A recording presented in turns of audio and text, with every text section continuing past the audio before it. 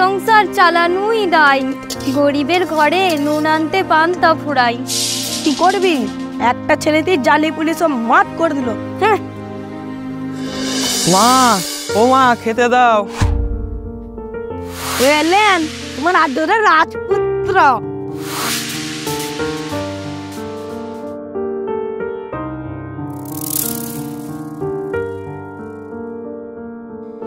ছেলেটাকে অমন করে বলছো কেন? গতর খাটিয়ে রোজগার করতে হয়, হাত এমনি এমনি মুখে ওঠে না। পড়াশোনা তো কম করেনি, চাকরি না পেলে ও কি করবে?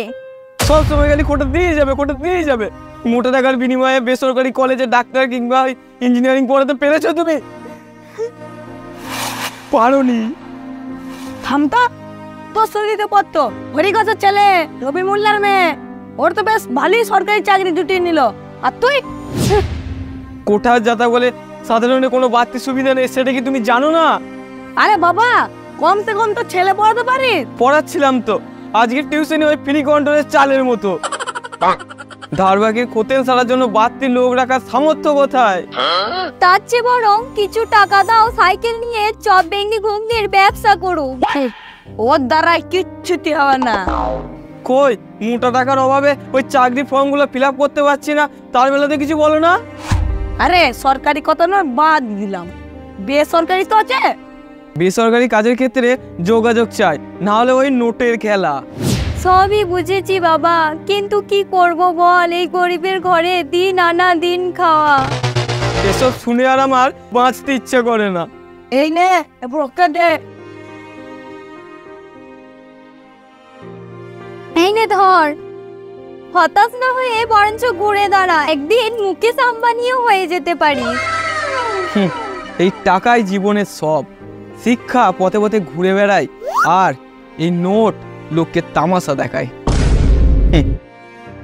দেখা যাক এই ক্ষুদ্র প্রয়াস ক্লিক করে নাকি। আজকের যুগে বিদ্যা বুদ্ধি নয়, হয় দেখা দে মা, না হলে টাকা দে। এই ঘুগনি, ঘুগনি মুড়ি, ছাতু শরবত, দই লস্যি, কেলে ফুল মস্তে। কি রে ভাই, তোর এইসবই করবি? তাহলে পড়াশোনা করে লোক আছে না কেন? চুরি ডাকাতি তো করিনি, খেটে খাচ্ছি।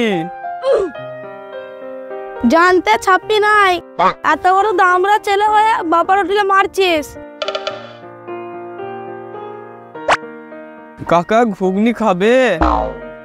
সঙ্গে তো টাকা নিনি, ধারে যদি হয় দে না এক প্লেট।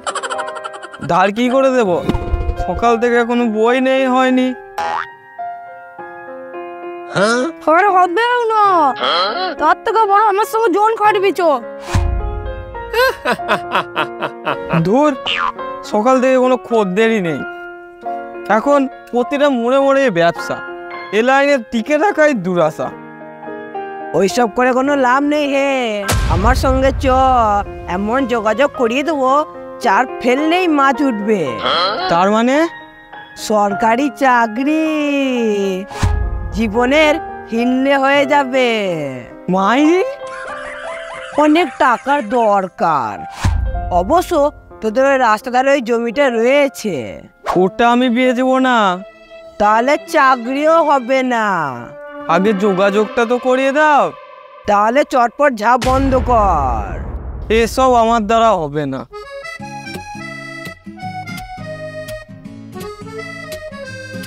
তাহলে চো আমার সঙ্গে।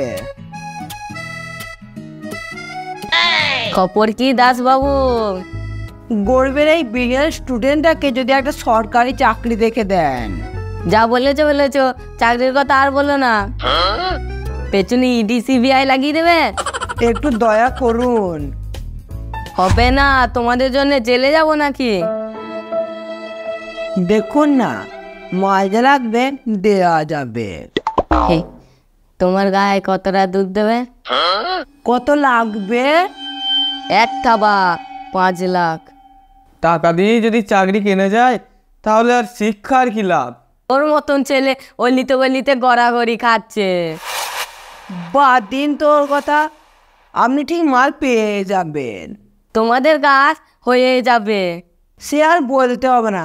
চল রোহিত। ফুল পেমেন্টের সাথে ডকুমেন্টসগুলো পাঠিয়ে দেবে। আসি কেমন? আরে মশাই, নাকে সর্ষে তেল দিয়ে ঘুমুন গা। ঠিক আছে কেমন? গাছে জল দিলে ফল হবে, আর তোর ছেলে অষ্ট লম্বা হবে। মা, আমার মা।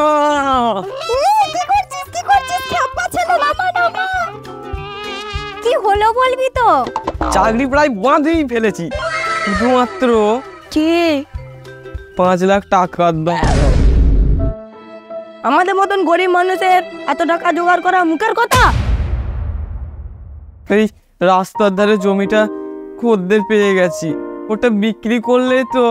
শেষ সম্বলটুকু বিক্রি করে দিলে আমরা তো না খেতে পেয়ে মরে যাবো।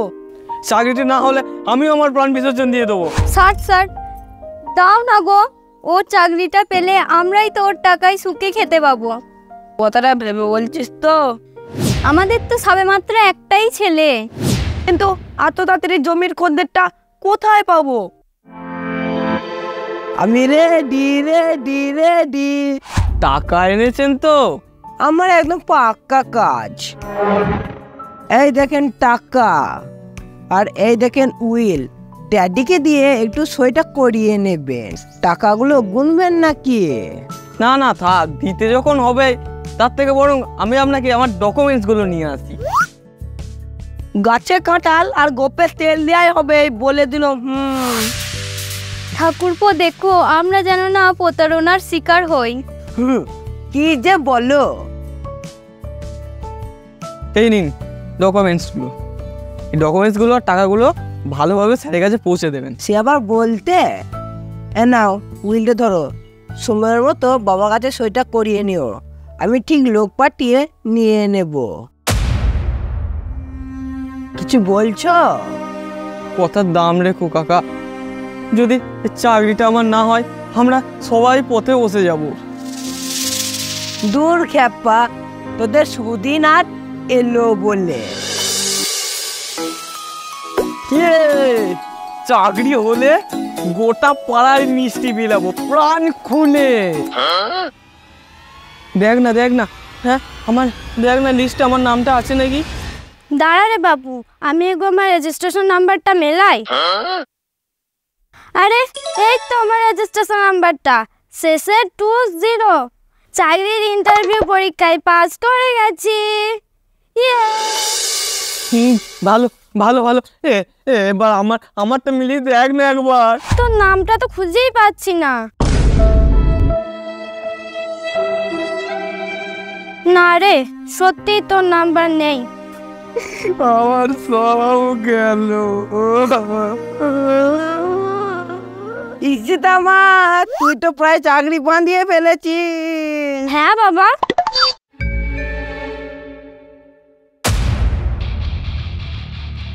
ওই ওই আমার চাকরি কই? তা আমি কি করে বলবো? আমাকে আমাকে চাকরি দেওয়ার নামে যে টাকা নিয়েছিস, সেই টাকা ফেরত দে, দে বলছি। এই বাবাকে ছাড় ছাড় বলছি। ছাড় আমাকে, আজ আমার হাত থেকে তোকে কেউ বাঁচাতে পারবে না। চল। বেকারের জীবন নিয়ে খেলা করে না, হ্যাঁ মানুষের সাথে এরকম ভাবে প্রতারণা করা। বাঁচাও পরান্দা, রক্ষা করো বৌঠান। তুই হয় আমার টাকা ফেরত দে, না হলে জমির দলিল ফেরত দে। দেখো কাণ্ড, আমি আবার কি করলাম? চাকরিদের নাম করে তুই আমার টাকাগুলোকে হজম করলি। তুইও তো আমার সঙ্গে গিয়েছিলি। একদিন আমি পয় পয় করে বলেছিলাম যে এই ছেলে আমাদেরকে ফকির করে ছেড়ে দেবে, মিললো তো? কি বলছো? হ্যাঁ সব দোষ আমার না, সব দোষ আমার। এত দূর পড়াশোনা করে চাকরি চাওয়াটা কি অপরাধ? হ্যাঁ আমি আর জীবনই থাকবো না। দাঁড়া রোহিত, দাঁড়া। এ কি করছিস খোকা? ছাড় বলছি, ছাড়। ছেড়ে দাও মা, ছেড়ে দাও আমার, আমার আর বাঁচতে ইচ্ছে করে না। নিচেই নেবে আয়।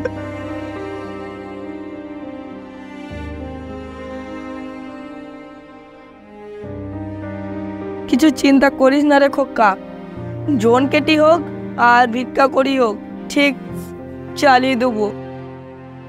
কি জ্বালায় পড়লাম। বলছিলাম যে ভাইবো তো বানিয়ে দিয়েছেন। আপনাদের মতো মানুষের কাছে আমার একটাই অনুরোধ, দয়া করে বলছি, আমাদের মতো বেকার ছেলেদের জীবন নিয়ে আপনারা খেলবেন না আপনারা। সবই তো তুমি জানো, আমার কোনো দোষ নেই।